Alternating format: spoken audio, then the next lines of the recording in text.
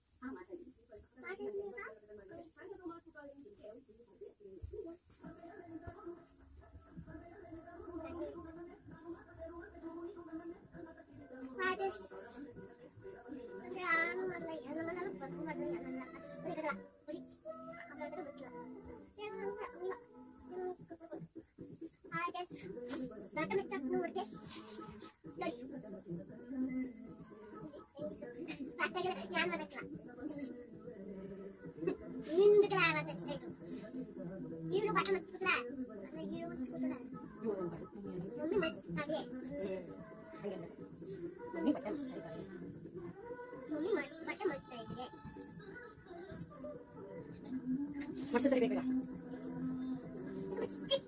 ಚಿಕ್ಕ ನೀನು ಮಾಡ್ಸಬೇಕು.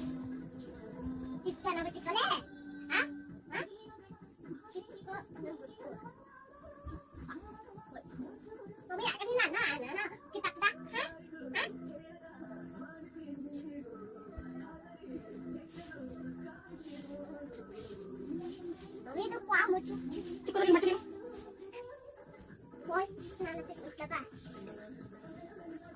ನೋಡಂಗೆಲ್ಲ ತಲೆ ಮಾಡ ಫ್ರೆಂಡ್ಸ್ನಿಂದ ಬ್ಯಾಗಲ್ಲ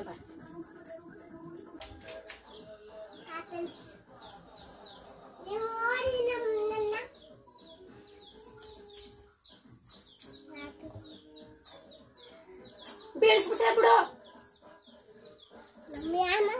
ಹಂಗೆ ಬರ್ತಾಳ, ಏನ್ ಮಾಡ್ತಿದ್ದು ಹಂಗೆ ಬಂತಲ್ಲ.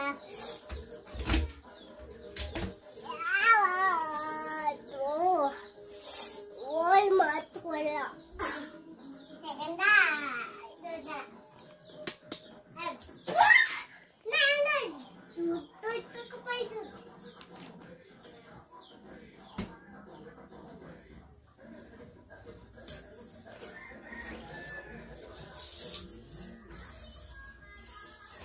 ಬಿಡು, ತೆಗಿಬೇಡ, ಸುಮ್ನಿರು.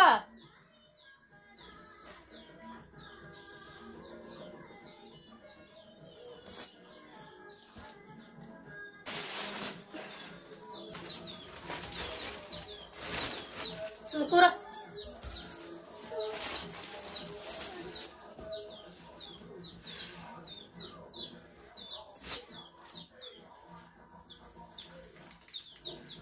ಆಯುಧ ಪೂಜೆ ದಸರಾಕ್ಕೆ ಇನ್ನೂ ಒಂದು 15 ದಿನ ಇದೆ, ಆದರೆ ಈಗಲೇ ಇವಳು ಬಟ್ಟೆಗಳನ್ನ ತೆಗೆಸ್ಕೊಂಡಿದೆ.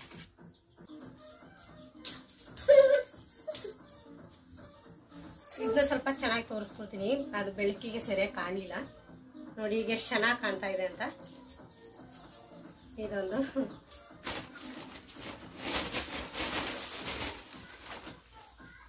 ಜೊತೆ,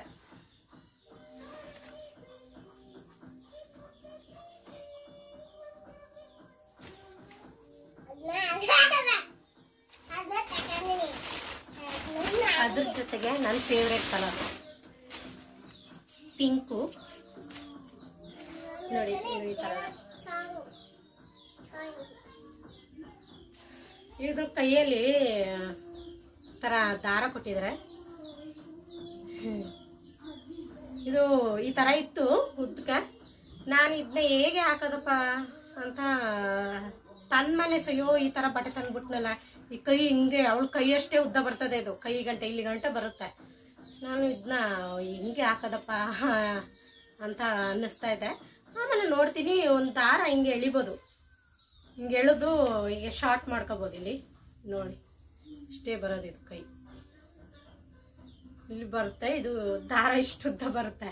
ಇದನ್ನ ಬೇಕಾದ್ರೆ ಇಲ್ಲಿ ನಾವು ಕಟ್ಕೋಬೋದು. ಆ ಥರ ಇದೆ. ಒಟ್ಟಿನಲ್ಲಿ ಚೆನ್ನಾಗಿದೆ ಡ್ರೆಸ್.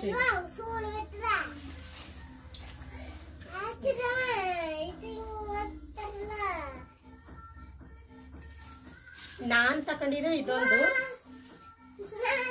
ಇದೊಂದು ನನ್ನ ಪಾಡಿಗೆ ನಾನು ಸೆಲೆಕ್ಷನ್ ಮಾಡ್ತಾ ತಕೊಳ್ತಾ ಇರ್ಬೇಕಾದ್ರೆ ನನ್ನ ಮಗಳೇ ಹೋಗಿ ಇದೆರಡು ಎತ್ಕೊ ಬಂದವಳೆ. ಇದುವೆ ಇನ್ನೇನ್ ಮಾಡೋದೈತೆ, ತಗೊಳ್ಳೇಬೇಕಾಯ್ತು. ಅದಕ್ಕೆ 4 ಜೊತೆ ತಗೊಂಡೆ. ಇನ್ನೊಂದು ಜರ್ಕಿನ್, ಅವಳಿಗೆ ಸ್ವೆಟರ್ ಇತ್ತು, ಜರ್ಕಿನ್ ಇತ್ತಿಲ್ಲ, ಹಂಗಾಗಿ ಜರ್ಕಿನ್ ತಗೊಂಡಿದ್ದೀನಿ.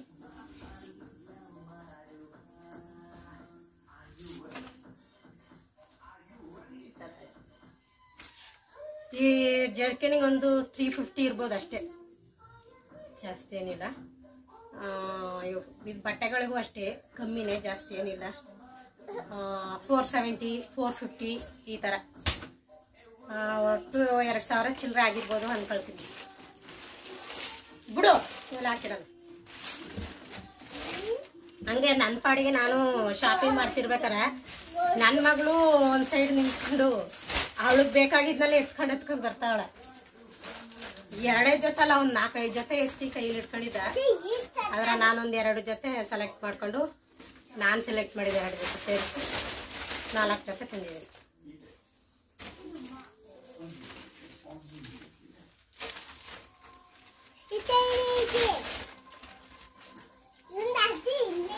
ಮಾತ್ರ ನನಗೆ ತುಂಬಾ ಇಷ್ಟ ಆಯ್ತು. ಇಲ್ಲಿ ಕಾಣಿಸ್ತಾವ ನಿಮ್ಗೆ ನೋಡಿ, ಚೆನ್ನಾಗಿದೆಲ್ಲ. ಹೆಣ್ಮಕ್ಳಿಗೆ ಬಟ್ಟೆಗಳ ತೆಗಿಯೋದ್ರಲ್ಲೇ ಒಂಥರ ಖುಷಿ ಇರುತ್ತೆ, ಯಾಕಂದ್ರೆ ಅದು ವೆರೈಟಿ ಡಿಸೈನ್ ಆಗಿ ಇರುತ್ತೆ.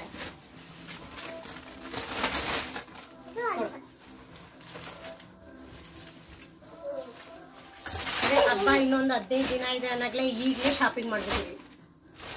ನಾನು ತಕೊಂಡಿದ್ದೀನಿ 4 ಜೊತೆ ಸೀರೆನ ಆಗ್ಲೇ ಹೊಲಿಯಕ್ಕೆ ಕೊಟ್ಟಿದ್ದೀನಿ. ಅದು ಹೋಲಿಸ್ಕೊ ಬಂದ್ಮೇಲೆ ನಿಮ್ಗೆ ತೋರಿಸ್ತೀನಿ ಆಯ್ತಾ.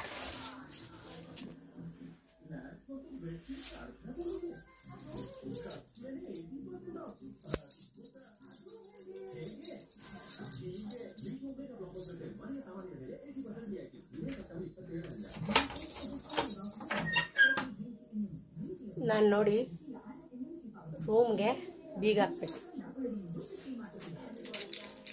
ಯಾಕೆ ಅಂತ ಹೇಳ್ತೀನಿ.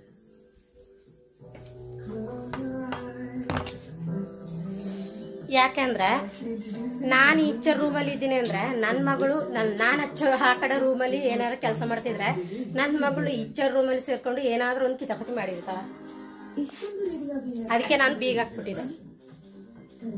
ಅವ ಏನ್ ಮಾಡ್ತಾಳ ಗೊತ್ತಾ, ಬಾಟ್ಲ್ಗಳಿಗೆಲ್ಲ ನೀರ್ನ ಮನೇಲಿ ಅಡಿಗೆಗೆ ಮಡಗಿದ ನೀರ್ನೆಲ್ಲ ತುಂಬಿಸಿ ಈಚೆ ತಕೊಂಡೆ ಸುರಿತಿದ್ದ. ಅದನ್ನ ನೋಡ್ಬಿಟ್ಟು ನಾನು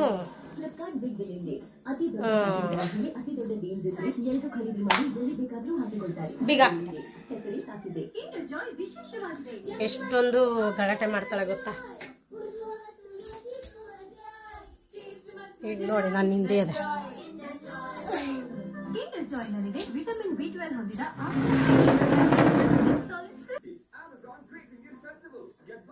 ಈಗ ಟೀ ಟೈಮ್ ಆಗಿದೆ. ಟೀ ಕಾಯಿಸ್ಕೊಂಡು ಕುಡಿಬೇಕು.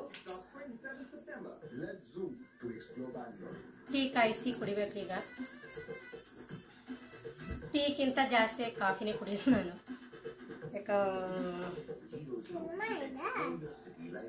ಕಾಫಿ ಕುಡಿದ್ರೆ ಸ್ವಲ್ಪ ತಲೆನೋವೆಲ್ಲ ಕಡಿಮೆ ಆಗುತ್ತೆ, ಫ್ರೆಶ್ ಆಗಿರುತ್ತೆ. ಹಾಗಾಗಿ ಕಾಫಿನೇ ಜಾಸ್ತಿ ಕುಡಿಯೋದು. ಟೀಗಿಂತ ಹೆಚ್ಚಾಗಿ ಕಾಫಿನೇ ಇಷ್ಟಪಡ್ತೀನಿ.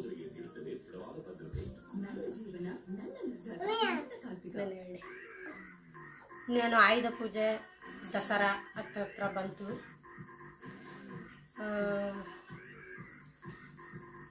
ನಮ್ಮಿಲ್ಲಿಯೂ ದಸರಾ ಮಾಡ್ತಾರೆ. ಅಂದರೆ ಅಂಬಾರಿ ಅಂಬಾರಿ ಎಲ್ಲ ಬರಲ್ಲ. ಆನೆನ ಒಂದು ರೌಂಡ್ ಮೆರವಣಿಗೆ ಮಾಡ್ತಾರೆ. ಹಾಗೆ ಮೈಸೂರಲ್ಲಿ ಯಾವ ಥರ ಸೀರಿಯಲ್ ಸೆಟ್ಟು ಡೆಕೋರೇಷನ್ ಮಾಡ್ತಾರೆ ಸೇಮ್ ಇಲ್ಲೂ ಹಂಗೆ ಮಾಡಿರ್ತಾರೆ. ನನಗಿತ್ತು ತುಂಬ ಖುಷಿ. ಆ ಸೀರಿಯಲ್ ಸೆಟ್ಟು ಡೆಕೋರೇಷನ್ ಫುಲ್ಲು ಏನು ಮೇನ್ ರೋಡಲ್ಲಿ ಫುಲ್ ಮಾಡಿದ್ದಾರೆ ಅನ್ನಗಲೇ ನಮ್ಮ ಮನೆಯವ್ರು ಬಂದು ಹೇಳ್ಬಿಡ್ತಾರೆ ಸೀರಿಯಲ್ ಸೆಟ್ ಹಾಕಿದ್ದಾರೆ ಉದ್ದಕ್ಕೂ ಅಂತ. ಮೇಯ್ನಾಗಿ ನಮ್ಮ ದೊಡ್ಡ ದೇವಸ್ಥಾನ, ನಾನು ಒಂದ್ಸಲ ನಾನು ತೋರಿಸ್ದಲ್ಲ ದೊಡ್ಡ ದೇವಸ್ಥಾನ ಅಂತ, ಚಾಮರಾಜೇಶ್ವರ ದೇವಸ್ಥಾನ ಅಂತ. ಆ ದೇವಸ್ಥಾನದಿಂದ ರಾಮಸಂದ್ರ ಅಂತ ಒಂದು ಊರಿದೆ, ಮೋಸ್ಟ್ಲಿ ಇಲ್ಲಿಂದ ಅಲ್ಲಿಗೆ 1 ಕಿಲೋಮೀಟರ್ ದೂರ ಇರ್ಬೋದು. ಅಷ್ಟು ದೂರನೂ ಸೀರಿಯಲ್ ಸೆಟ್ ಹಾಕಿರ್ತಾರೆ. ಆಮೇಲೆ ಇಲ್ಲಿ ಪಕ್ಕದಲ್ಲಿ DC ಆಫೀಸ್ ಅಂತ ಇದೆ. DC ಆಫೀಸಲ್ಲೂ ಅಷ್ಟೇ ಫುಲ್ಲು ಡೆಕೋರೇಷನ್ ಮಾಡಿರ್ತಾರೆ. ಅಲ್ಲಿ ಮೇಳ ಅಂತ ನಡೀತದೆ. ನಾನು ಒಂದ್ಸಲ ಹೋಗಿದ್ದೆ ಮೇಳಕ್ಕೆ. ನಾ ಏನು ತಕೊಂಡಿಲ್ಲ, ಸುಮ್ಮನೆ ಹಂಗೆ ಹೋಗಿ ನೋಡ್ಕೊ ಬಂದೆ ಅಷ್ಟೇ. ತುಂಬ ಚೆನ್ನಾಗಿರುತ್ತೆ. ಏನು ಡೆಕೋರೇಷನ್ ಮಾಡಿರ್ತಾರಲ್ಲ ಸೀರಿಯಲ್ ಸೆಟ್ಟದು, ಅದು ನೋಡೋಕ್ಕೆ ಒಂಥರ ಚಂದ ಇರುತ್ತೆ. ನಾನಂತೂ ದಿನ ನಮ್ಮ ಮನೆಯವ್ರು ದಿನ ಕರ್ಕೊಂಡು ಹೋಯ್ತಾ ಇರ್ತಾರ. ನನಗೆ ದಿನ ನೋಡ್ಬೇಕು ಅನ್ನಿಸ್ತಾ. ಸುಮ್ಮನೆ ರೀ ನಾನು ಓಟ ಅಂತ ಅವಾಗ ನಿಮಗೂ ತೋರಿಸ್ತೀನಿ ಆಯ್ತಾ, ಯಾವ ಥರ ಅಂದರೆ ಸೇಮ್ ನಮಗೆ ಮೈಸೂರು ನೋಡ್ದಂಗೆ ಇರುತ್ತೆ. ಅಲ್ಲಿ ಯಾವ ಥರ ಯೆಲ್ಲೋ ಕಲರು ಲೈಟ್ನ ಅರೇಂಜ್ ಮಾಡಿರ್ತಾರೆ, ಹಂಗೆ ಇಲ್ಲೂ yellow colour white colour arrange ಮಾಡಿರ್ತಾರೆ. ತುಂಬಾ ಚೆನ್ನಾಗಿರುತ್ತೆ. ಸೇಮ್ ನಮಗೆ ಮೈಸೂರು ನೋಡ್ದಂಗೆ ಇರುತ್ತೆ.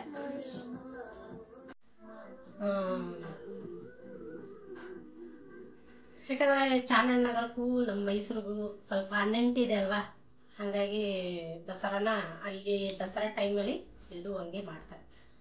ಆರ್ಕೆಸ್ಟ್ರಾ ಎಲ್ಲ ಇರುತ್ತೆ.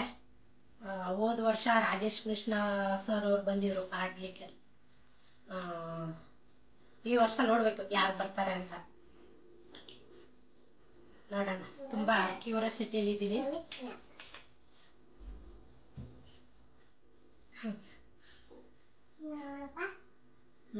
ಈಗ ಫಸ್ಟ್ ಕಾಫಿ ಕುಡಿಯೋಣ.